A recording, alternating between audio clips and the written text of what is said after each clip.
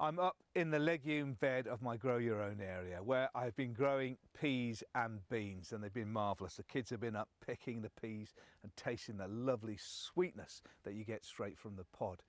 So far, everything's growing well on the various different types of supports I've got dotted around here. However, as it is true with any of us that grow your own, there has been a little bit more interest in the plants, and I'm not just talking about the kids. We've got a bit of an attack of blackfly, or black bean aphid as they're otherwise known, and they do take a bit of a fancy to the broad beans, and my lovely broad beans behind me, and I can hear the bees buzzing around the flowers as we go. Well, during the growing season, blackfly can be spotted on many vegetables as they're a common pest in any part of the garden really. They're only 2 millimeters long and black in colour, as their name suggests, and they do often have flecks of white on them too. Now these pests form large colonies and cluster together on the stems and on the undersides of the leaves, or even on the flowers. Now they are sucking insects, sap sucking insects, try saying that a few times, that create what looks like blackfly blankets on the foliage. In some cases, not only leaves but the fruit can also be affected, and it can become tightly curled and blistered. It's a little bit like, you know, pulling a string on a woolen jumper and everything just getting crunched up together. Now it makes the plants look misshapen and can lead to a very unproductive plant.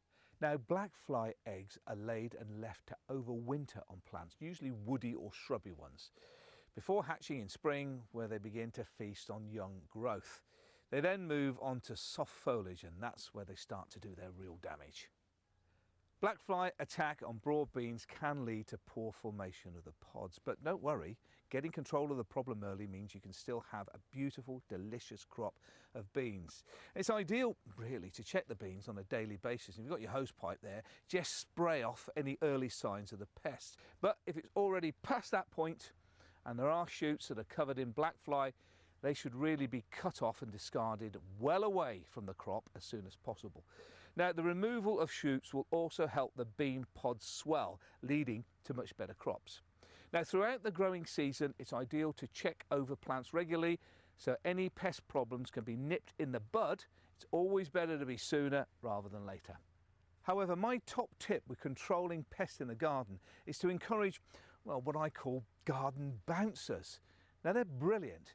Use plants that have inviting habits. Things like, I don't know, bug hotels or wild areas will encourage these insects that are beneficial and eat the bad grubs. But these beneficial insects don't harm the plants. Things like ladybirds, beetles and earwigs and hoverflies, all of which will prey on aphids.